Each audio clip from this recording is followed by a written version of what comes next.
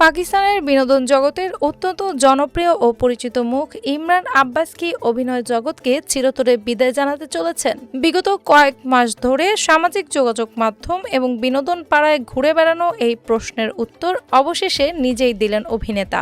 সম্প্রতি সামাজিক যোগাযোগ মাধ্যমে এক ভক্তের করা প্রশ্নের জবাবে এই জনপ্রিয় তারকা নিজেই সেই গুঞ্জনের সত্যতা নিশ্চিত করেছেন। ওই অনুরাগী অভিনেতার উদ্দেশ্যে জানতে চেয়েছিলেন যে, ইমরান ভাই, আপনি আবার কবে পর্দার সামনে ফিরবেন এবং কাজ শুরু করবেন? এর জবাবে ইমরান আব্বাস অত্যন্ত স্পষ্ট ভাষায় লিখে জানান যে, সত্য বলতে আপাতত অভিনয়ে ফেরার কোনো ইচ্ছা তার নেই। প্রিয় অভিনেতার এমন মন্তব্যে এটি পুরোপুরি পরিষ্কার হয়ে গেছে যে ভবিষ্যতে আর ক্যামেরার সামনে দাঁড়ানোর কথা ভাবছেন না তিনি।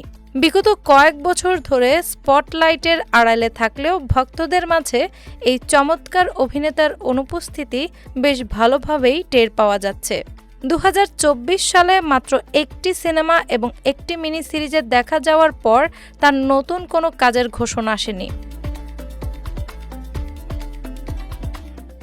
কোনো নতুন প্রজেক্টের খবর না পাওয়ায় ভক্তরা আগে থেকেই ধারণা করেছিলেন যে তিনি হয়তো নীরবেই অভিনয় জগৎকে বিদায় জানিয়েছেন।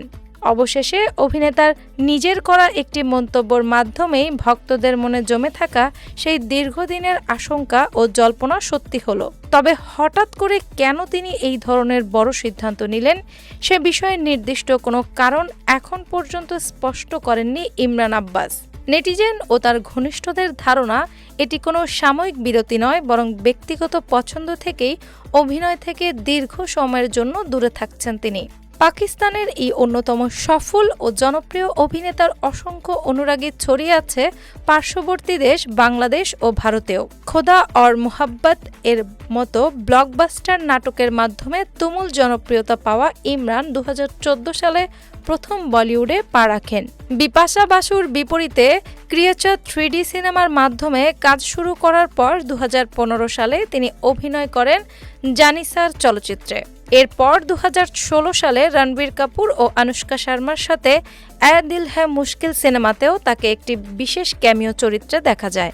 পর্দার আড়ালে চলে গেলেও উপমহাদেশ জুড়ে নিজের অভিনয় এবং দারুণ ব্যক্তিত্বের কারণে ভক্তদের মাঝে তিনি সব সময় জনপ্রিয় হয়ে থাকবেন।